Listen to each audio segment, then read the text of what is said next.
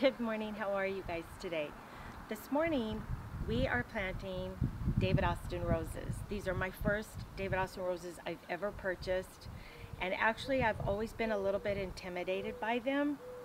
However, in the last few years I have been helping my mom care for her roses, so I've learned quite a bit about how to take care of them.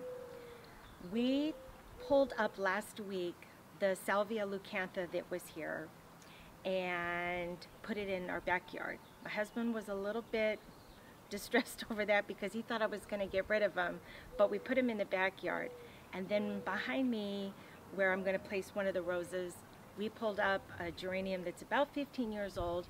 I gave it a good hard prune and was able to divide it, and we transplanted that as well. I think we even moved a red fountain grass. So we've moved a few things before we're putting the roses in, and they are a zone 5 to 9.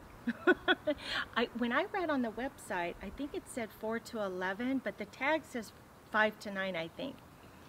That's perfect for us because I garden in a zone 9, and they get, oh, this is why I brought this out here. They grow till about, of course I don't have my glasses on, so this is about 4.5 feet. So this is about as high as they'll grow, and then about 3.5 feet wide they'll grow.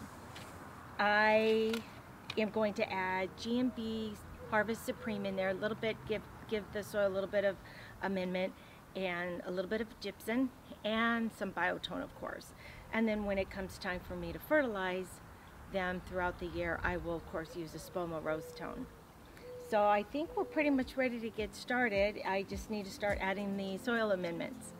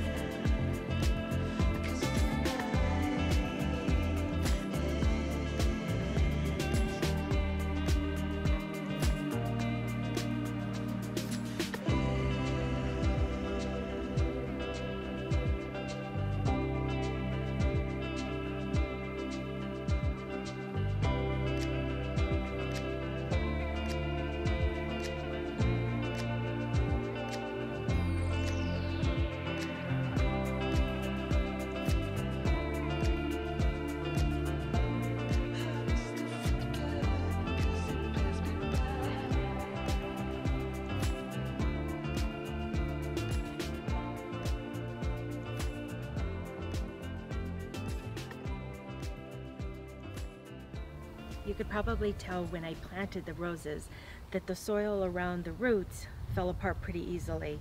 And I think that's because they just actually received them from their grower. There's only one place in town that sells David Austin roses that I know of. And I had been calling for weeks, wondering, when are you guys gonna get them in? When are you gonna get them in? And when I had talked to the gentleman when we got there the other day, he says, oh, our grower is in Texas, and they just had an awful time of horrible weather during the winter where just nearly almost the whole state was just frozen, and it took them a long time. Everything got pushed back as far as sending the roses out. Anyway, they're all doing really well, and I think I spaced them apart good enough, well enough. Behind the roses is a geranium that I had there for many years, and I don't think I have ever given it a hard prune. So I gave it a hard prune and I separated it, and fingers crossed, it looks like it's doing okay. This year I'm trying to be a little bit better at embracing the heat that we have here during the summer. I seem to always want to choose plants that can take sun but maybe need a little bit more shade. And I am learning, it's taken me a while, that our summers, when it says sun, part sun, what that really means is only morning sun here. So you'll see a little bit of reworking of this particular flower bed when we finally do our tour that I keep saying is coming up, and it is, but I'm still working on a few plants in this area.